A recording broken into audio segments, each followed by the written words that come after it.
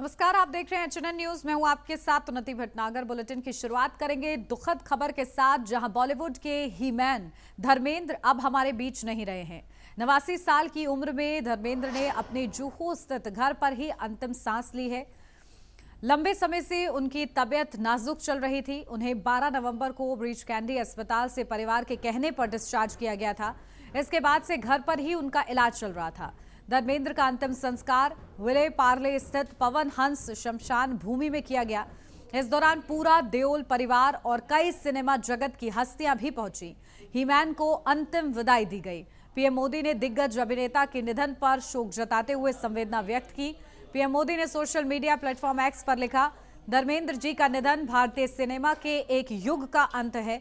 वह एक प्रतिष्ठित फिल्मी हस्ती, एक अद्भुत अभिनेता थे जिन्होंने अपनी हर भूमिका में आकर्षण और गहराई भर दी। जिस तरह से उन्होंने विविध भूमिकाएं निभाई, उसने अनगिनत लोगों के दिलों को छुआ। धर्मेंद्र जी अपनी सादगी, विनम्रता और गर्मजोशी के लिए भी समान रूप से प्रशंसित थे। इस दुखद घड़ी में मेरी संवेदनाएं उनके परिवार, मित्रों और असंख्य प्रशंसकों के साथ हैं। ओम शांति। अब यादों में धर्मेंद्र। तो देखिए, बॉलीवुड के ही मैन अब इस दुनिया में नहीं रहे हैं।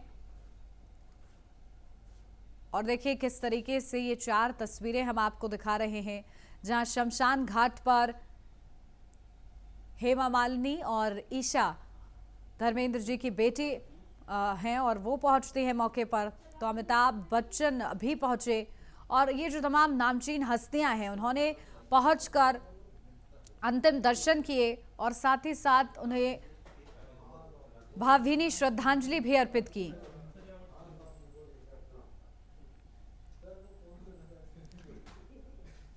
तो धर्मेंद्र जी की कुछ हिट फिल्में आज याद कर लेते हैं एक बार, जहां शोले 1975 में, सीता और गीता 1972 की सब याद रखते हैं और आगे भी याद रखेंगे। चुपके चुपके 1975 में, अनोखी अदा आखिर क्यों, और इसी के साथ सत्यम शिवम सुंदरम, काला पत्थर 1989 बेहद ही प्रचलित ये फिल्म रही थी।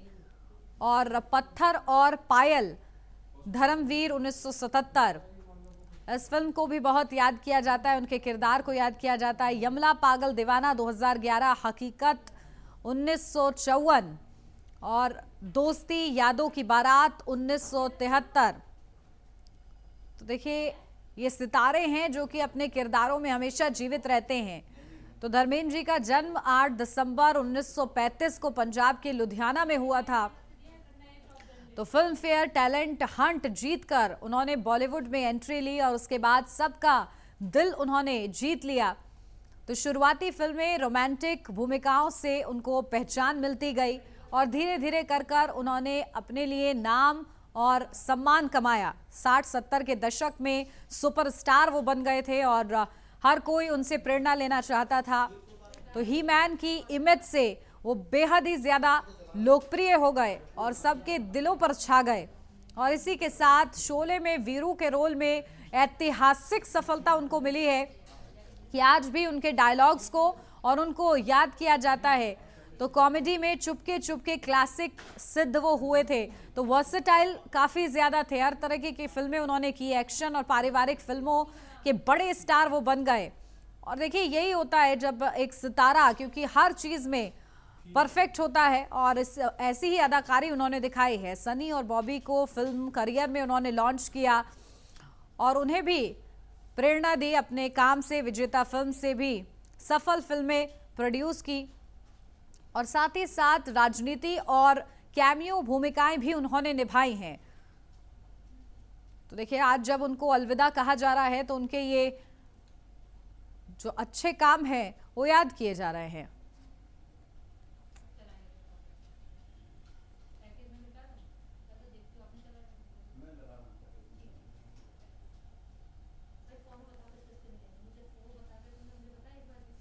तो देखिए, याद किया जा रहा है, अलविदा कहा जा रहा है बॉलीवुड के ही मैन को।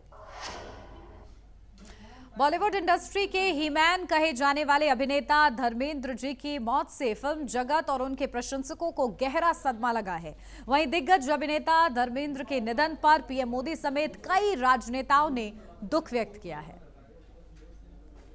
धर्मेंद्र ऐसे अभिनेता थे, वो केवल अच्छे अभिनेता नहीं थे, अच्छे इंसान भी थे। बहुत सीधे और भोला उनका स्वभाव था। मेरा उनका बड़ा व्यक्तिगत परिचय था और उनका एक उम्दा दिल था और विशेष रूप से देश की मिट्टी के साथ, किसानों के साथ उनकी बहुत बड़ी कटिबद्धता थी। उनकी जो फिल्में हैं जिसमें उन्होंने अभिनय किया है, वो मुझे लगता है कि लोग कभी भूल नहीं सकेंगे। इतना अच्छा कार्य उन्होंने किया है और निश्चित रूप से उनके जाने से हमारे चित्रपट सृष्टि का बड़ा नुकसान भी हुआ है। भगवान उनके आत्मा को शांति दे।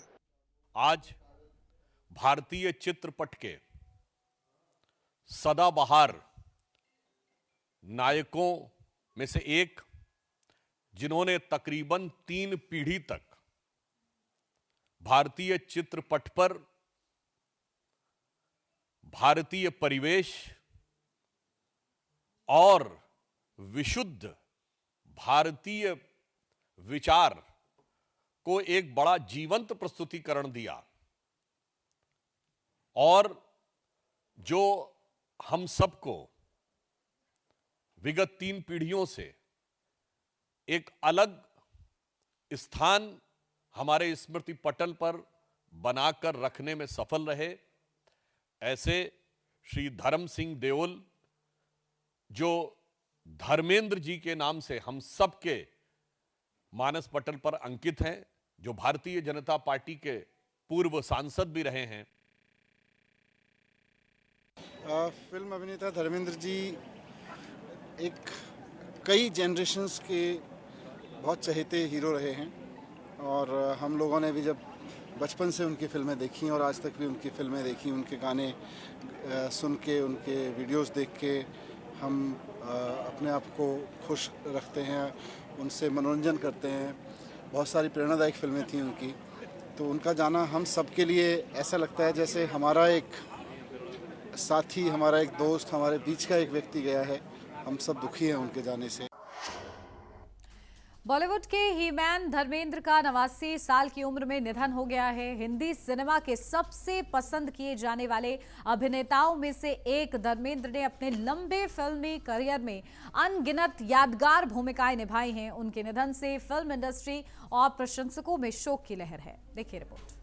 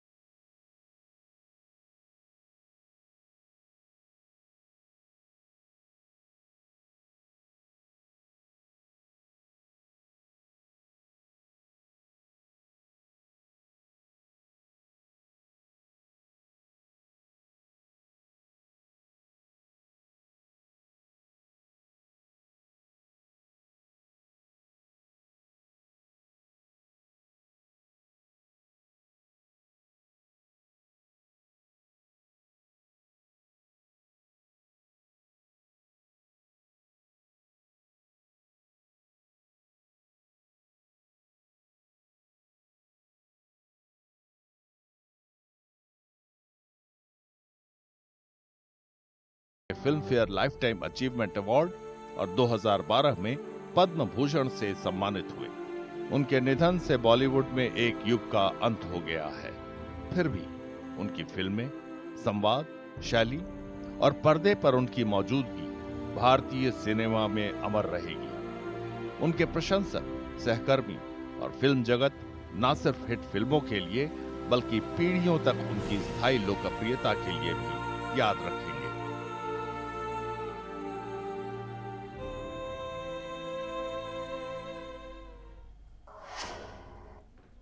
तो आज हर कोई बॉलीवुड के हीमैन धर्मेंद्र को याद कर रहा है और चर्चा भी हम लोग करते हैं। अब मेरे सहयोगी मेरे साथ जुड़ गए हैं, अभिषेक आनंद।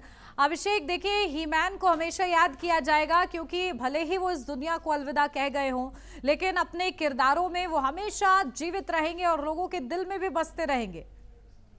उन्नति, देखिए, जिस तरीके से फिल्म इंडस्ट्री का जो एक बड़ा जो अध्याय था वो कहीं ना कहीं आज समाप्त हुआ। जिस तरीके से, क्योंकि जो धर्मेंद्र जो हैं अपने शांत स्वभाव के लिए भी जाने जाते थे, जो बहुत गरीब परिवार से वो आते थे और बहुत छोटे जीरो से लेकर के जिस मुकाम तक वो पहुँचे वो काफ़ी मुश्किलों भरा उनका सफ़र रहा है। तो ऐसे में जिस तरीके से वो उनका जो निधन हुआ है, तो ऐसे में पूरा जो फिल्म इंडस्ट्री जो है वो काफ़ी शोकाकुल है। ऐसे में लगातार जो है सभी जो उनके बड़े बेटे जो हैं उनको मुखाग्नि भी दिए हैं और ऐसे में उनका अभी कुछ भी अभी नहीं कह पा रहे, क्योंकि जिस तरीके से वो जो छोड़ करके गए हैं, किसी को भी अभी ये समझ में नहीं आ रहा है कि किस तरीके से हुआ। सभी लोग अभी शॉकिंग में हैं कि जो उनका जो निधन हुआ है, क्योंकि इससे पहले भी जब वो एडमिट हुए थे हॉस्पिटल में तो 12 दिनों तक वो ब्रिज कैंडी हॉस्पिटल में थे। हालांकि डॉक्टर की तरफ से ये कहा गया था कि सांस लेने में कुछ दिक्कतें आ रही थी जिसकी वजह से उनको एडमिट किया गया था, लेकिन एडमिट होने के बाद उनके परिवार के कहने पर डॉक्टर ने उनको डिस्चार्ज कर दिया था। घर पे ही उनका ट्रीटमेंट चल रहा था, लेकिन वो जो हालात जो थे वो कहीं ना कहीं काफ़ी ज़्यादा परेशानियों भरा था, तो जिसके वजह से उन्होंने अपना दम तोड़ दिया। लेकिन अभी का जो माहौल जो है वो उनके घर पे भी लगातार जो फिल्म इंडस्ट्री के जितने भी बड़े जो अभिनेता जो हैं सभी लोग वहाँ पहुँच रहे हैं, उनके परिवार वालों को सांत्वना दे रहे हैं। लेकिन जिस तरीके से जो क्षति जो हुई है ये संभालना काफ़ी मुश्किल है। हालांकि उन्होंने कई सारे ऐसे फिल्म को आगे बढ़ावा दिया। जिस तरीके से आपने देखा कि शोले फिल्म हो गया, जैसे कि फूल और पत्थर, प्रतिज्ञा, धर्मवीर, मेरा गांव मेरा देश, ऐसे सदाबहार जो फिल्म थे, इसको भूल पाना भी अभी भी न्यू जनरेशन के जितने भी लड़के जो हैं वो भी अभी देखने के लिए परेशान होते हैं। शोले फिल्म जो है जिसमें जय और वीरू, अमिताभ बच्चन और धर्मेंद्र का जिस तरीके का जोड़ी जो था, भाई भाई का जिस तरीके से दिखाया गया था, तो उसमें कहीं ना कहीं अभी भी जब फिल्मों में, जब थिएटर में जब फिल्म लगते हैं तो जो युवा जो है अभी भी बढ़ चढ़ करके हिस्सा लेते हैं, वहाँ पे वो देखने के लिए जाते हैं, लंबे कतारों में जाते हैं। तो आप समझ सकते हैं कि किस तरीके से जो फिल्म जो उन्होंने बनाई थी, जो उन्होंने जो अभिनय जो उसमें किया है, किस तरीके का रहा था। और लगातार जो है आने वाले वक्त में क्योंकि सभी लोग जो काफ़ी ज़्यादा परेशानियों में भी हैं, लोग जो वहाँ पर अभी भी तांता लगा हुआ है उनके घर पे, और सभी लोग जो हैं उनके अंतिम संस्कार हालांकि सारा कुछ हो चुका है। अब आने वाले वक्त में सभी लोग जो है उनके घर पे पहुंच करके उनके मंगल कामना के लिए सब कोई अभी उनको मंगल कामना भी कर रहे हैं। अब आने वाले वक्त में अब उन्नति देखना पड़ेगा कि किस तरीके से अभिषेक किस तरीके से, क्योंकि एक जो कलाकार होता है वो सितारा तब बनता है जब वो व्यक्तिगत रूप से भी उतना ही अच्छा हो। और आज जब वो दुनिया को अलविदा कह रहे हैं तो हर कोई उनके इस स्वरूप को भी याद कर रहा है कि व्यक्तिगत तौर पर वो कितने नम्र थे। और ऐसे में देखिए आने वाले पीढ़ी के लिए भी वो एक बड़े प्रेरणा स्रोत रहे हैं और प्रेरणा के रूप में हमेशा अब आगे उनको याद किया जाएगा।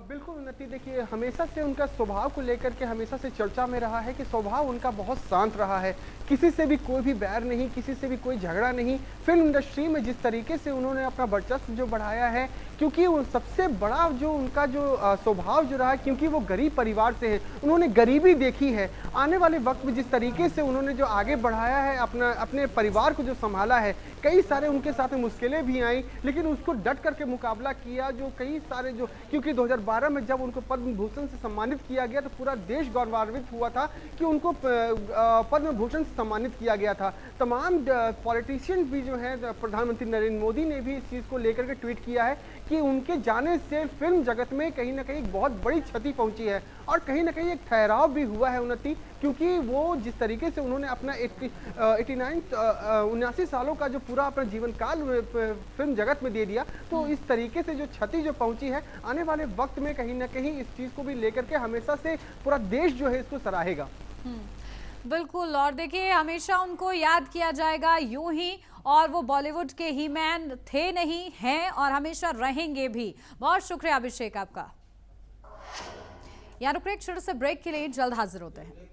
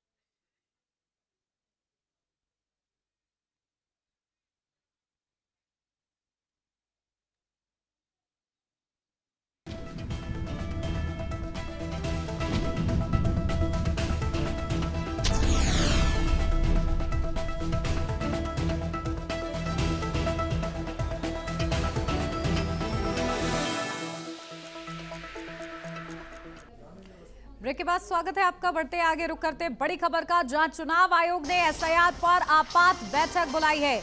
पश्चिम बंगाल चुनाव को लेकर ईसी ने ये बैठक बुलाई है। रात 8 बजे मुख्य निर्वाचन अधिकारी की बैठक। तो एसआईआर फॉर्म अपलोड की दिक्कतों पर चर्चा की जाएगी। तो देखिए, इलेक्शन कमीशन की तरफ से आपात बैठक बुलाई गई है। रात 8 बजे का वक्त मुकर्रर किया गया इस बैठक के लिए, जहां पश्चिम बंगाल चुनाव को लेकर ईसी ने ये बैठक बुलाई है और इस बैठक में चर्चा की जाएगी। तो एसआईआर फॉर्म अपलोड की दिक्कतों पर विस्तृत चर्चा होगी। तो देखिए, चुनाव है और चुनाव के मद्देनजर एसआईआर कराना है और इसके लिए पश्चिम बंगाल भी देखिए टीम्स गई थी इसी की तरफ से। और इस बीच ये बड़ी अपडेट मिल रही है कि इसी ने आपात बैठक बुलाई है और इस बैठक में चर्चा की जाएगी कि आखिर क्या कुछ चैलेंजेस हैं, क्योंकि बताया जा रहा है एसआईआर फॉर्म अपलोड की दिक्कतों को लेकर चर्चा हो रही है। तो इसको कैसे ओवरकम करना है, इस पर चर्चा होगी इस खास बैठक में। अपडेट ले लेते हैं, हमारे संवाददाता अभिषेक आनंद हमारे साथ जुड़ गए। अभिषेक, क्या कुछ जानकारी, देखिए क्या वो दिक्कतें हैं जिस पर चर्चा हो सकती है फॉर्म अपलोड को लेकर, एसआईआर को लेकर खास तौर से चर्चा, क्या अपडेट? बिल्कुल उन्नति, देखिए ये अचानक से ये आपातकाल बैठक बुलाई गई है पश्चिम बंगाल चुनाव को लेकर के, क्योंकि लगातार आपने देखा कि किस तरीके से तो जो है वो उनके ऊपर काफी ज्यादा प्रेशर होने के कारण कई बीएलओ जो है वो सुसाइड भी कर रहे हैं। तो ऐसे में मौत की संख्या है उससे काफी ज्यादा बड़ी है। और जहां तक रही बात फॉर्म अपलोडिंग का, तो साफ तौर पे बीएलओ जो है वो ये कह रहे हैं कि हमारे पास समय कम है, लेकिन हमारे ऊपर जिस तरीके से प्रेशर जो बनाया जा रहा है, जिसको लेकर के काम कहीं ना कहीं रुक रहा है। तो इसको लेकर के भी हो सकता है कि कई सारे ऐसे चर्चाएं हो सकती हैं और भी इससे कई सारे इंप्लीमेंट हो सकता है कि इसमें बीएलओ जो है वो बढ़ाए भी जा सकते हैं, क्योंकि पश्चिम बंगाल में लगातार जो है वो वहां की सरकार भी जो इस चीज को लेकर के एफआईआर के मुद्दे को लेकर के प्रदर्शन भी कर रही है और उनसे कई सारे प्रेशर भी डाले जा रहे हैं। तो यही एक कारण भी रह सकता है, क्योंकि चुनाव जो है काफी कम समय रह गया है। तो इसको लेकर के चुनाव आयोग जो है सख्त एक्शन भी ले सकता है और आने वाले वक्त में बीएलओ को कुछ और भी गाइडलाइंस दिए जा सकते हैं, क्योंकि फॉर्म अपलोडिंग में काफी दिक्कतें आ रही हैं। हो सकता है कि साइट पे कुछ प्रॉब्लम ऐसा हो रहा हो, साइट सही से चल नहीं पा रहा हो, तो ये भी एक बड़ा कारण हो सकता है। तो ऐसे में 8 बजे का जो जो बैठक है इस पे नजर बनी हुई है। जिस तरीके जैसे भी कुछ भी अपडेट और भी आता है जल्द से जल्द साझा करने की कोशिश करूंगा, लेकिन सूत्रों के हवाले से यही पता चल रहा है कि अभी कहीं ना कहीं फॉर्म अपलोडिंग की वजह से ये बैठक बुलाई गई है। अब आने वाले वक्त में क्या कुछ और इम्प्लीमेंट होता है वो तो आने वाला वक्त ही बताएगा। उन्नति, बिल्कुल, देखिए इससे पहले क्योंकि अभिषेक नेता प्रतिपक्ष राहुल गांधी की तरफ से एक पोस्ट किया गया था और इसी पर को ये कहा जा रहा था कि देखिए आज जब हम लोग डिजिटली इतने ज्यादा इंप्रूव कर रहे हैं, बावजूद इसके घर घर बीएलओ जाते हैं, ऐसे में इसको लेकर जो ये बात सामने आई थी उसके बाद अब बैठक क्या कोरिलेट हो रही है कि वाकई क्या दिक्कतें आ रही हैं, क्योंकि बिहार में भी हुआ एसआईआर और उसके बाद अब पश्चिम बंगाल में हो रहा है, क्या इसको लेकर कोई अपडेट? बिल्कुल उन्नति, देखिए विपक्ष जो है नेता प्रतिपक्ष राहुल गांधी लगातार इस चीज को लेकर के सवाल खड़े करते आए हैं चुनाव आयोग पे भी, और जिस तरीके से एसआईआर का जो मुद्दा जो हमेशा से उठाते हुए आए हैं, क्योंकि डिजिटल का अभी समय हो चुका है, हर एक कुछ जो है वो कंप्यूटर से किया जाता है, मोबाइल से लैपटॉप से किया जाता है, लेकिन अब जो बीएलओ जो है वो घर घर जा करके सबसे ब्यौरा ले रहे हैं, डाटा ले रहे हैं, तो ये कहीं ना कहीं एक सवाल खड़ा कर रहा है चुनाव आयोग पे भी कि चुनाव आयोग जो है वो निष्पक्षता से काम नहीं कर रहा। ऐसे में राहुल गांधी लगातार ये चीज जो है वो कहीं ना कहीं को रिलेट कर रहा है कि चुनाव आयोग जो है वो रोबोट की तरह काम करता है, सरकार के कहने पे काम करता है, तो कहीं ना कहीं एक बड़ी बात सामने निकल करके आ सकती है। अब देखने वाली बात होगी उन्नति की राहुल गांधी इस चीज को लेकर क्या कहते हैं और पश्चिम बंगाल में जो सरकार जो है वो किस तरीके से इसको देखती है वो तो आने वाला वक्त ही बताएगा। उन्नति, बिल्कुल ठीक है, बहुत शुक्रिया अभिषेक आपका तमाम जानकारी के लिए। और बढ़ते हैं आगे, दिल्ली ड्रग्स माफियाओं के खिलाफ एक्शन, जहां आरिफ के ठिकाने पर छापेमारी की गई है। दुबई में बैठे शख्स से ड्रग्स कनेक्शन का खुलासा हुआ है। तो दिल्ली ड्रग माफियाओं के खिलाफ एक्शन, जहां आरिफ के ठिकाने पर छापेमारी। दिल्ली पुलिस ने दुबई में बैठे आरिफ नाम के शख्स के कनेक्शन खंगाले हैं, तो पुलिस ने उसके ठिकाने पर कार्रवाई करते हुए ड्रग्स नेटवर्क की जांच तेज कर दी है। तो आरिफ के ठिकाने पर छापेमारी की है। दुबई में बैठे शख्स से ड्रग कनेक्शन का खुलासा हुआ है। तो ये बड़ी खबर आपको बता रहे हैं, ड्रग्स माफियाओं के खिलाफ एक्शन। और देखिए किस तरीके से दुबई तक कनेक्शन सामने आ रहे हैं। आरिफ के ठिकाने पर छापेमारी भी की गई है। तो दिल्ली से एक खबर आपको बता रहे हैं, ड्रग माफियाओं की खैर नहीं है, क्योंकि प्रशासन अब सख्त होता हुआ नजर आ रहा है। आरिफ के ठिकाने पर छापेमारी भी की गई है। अपडेट ले लेते हैं, हमारे संवाददाता किरण पाल हमारे साथ जुड़ गए हैं। किरण, क्या कुछ जानकारी मिल रही है, किस तरीके से ड्रग माफियाओं पर शिकंजा कसा जा रहा है? देखिए, बताया जा रहा है कि नारकोटिक्स कंट्रोल ब्यूरो और दिल्ली पुलिस की स्पेशल सेल की एक संयुक्त टीम इस ड्रग्स के बड़े कार्टलों को उजागर करने में काम कर रही थी, जिसके चलते नोएडा से 25 साल के सैन वारिस को गिरफ्तार किया गया था। इस सैन की निशानदेही पर शाहीन बाग तक पुलिस की स्पेशल सेल और एनसीबी पहुंची, जहां से 328 किलो मेथाम्फेटामाइन बरामद हुआ था। इसकी बाजार कीमत 262 करोड़ रुपए बताई जा रही है, और जब इन दो लोगों की गिरफ्तारी के बाद में ही इसके सीधे तार दुबई में बैठे आरिफ से बताए जा रहे हैं। बिल्कुल, और एनसीबी बताया जा रहा है कि दुबई में बैठा एक आरिफ, उसको लेकर भी अब संदिग्ध तरीके से जांच चल रही है। क्या लिंक्स उसके मिल रहे हैं? वारिस को से पूछताछ तो बताया ने बहुत एक सिम कार्ड। ठीक है, बिल्कुल, देखिए अब लगातार कार्रवाई हो रही, नजर बना के रखिएगा। बहुत शुक्रिया किरण पाल आपका।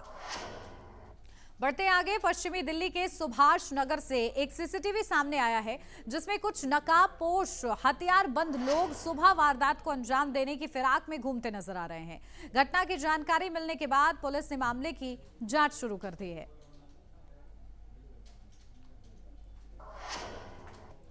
और इसी के साथ इस बुलेटिन में बस इतना ही। खबरों का सिलसिला आगे भी जारी रहेगा। आप बने रहिए HNN न्यूज के साथ।